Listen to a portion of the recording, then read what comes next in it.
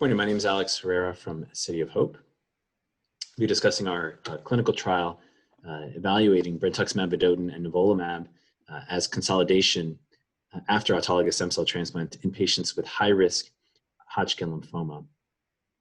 So we enrolled patients who specifically had high-risk relapsed refractory Hodgkin lymphoma, and patients received 8 cycles of brentuximab vedotin and nivolumab as consolidation after autologous stem cell transplant, starting between day 30 and 75 after transplantation.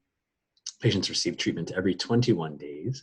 And all in all, we enrolled 59 patients, and about 2/3 of patients had 2 or more of the modified Athera risk factors.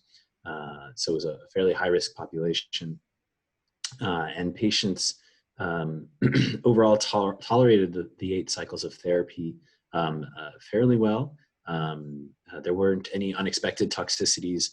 We did observe a slightly higher rate of immune-related toxicity in the post-transplant setting compared to what we've observed with this combination prior to transplant. But all in all, only 12% of patients discontinued brentuximab vedotin for toxicity, and 14% of patients discontinued nivolumab early for toxicity. But in the end, we did find that the treatment was highly effective. The 19-month progression-free survival in all patients was 92%, and the overall survival at 19 months was 98%.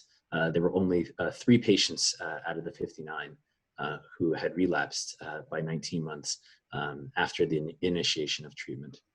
So, based on these results, we felt like the effectiveness was promising enough that this combination should be evaluated further as a post-transplant consolidation strategy.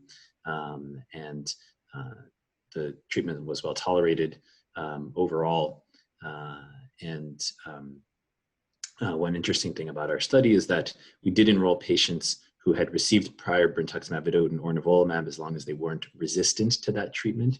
So unlike prior studies like the Athera study that did not enroll any patients who had prior brentuximab vedotin exposure, in our study, we did about half of the patients had exposure to one of these prior novel agents. We do feel like our results are applicable to a patient who has been treated with one of these agents as long as they are not resistant. Thank you very much for your time.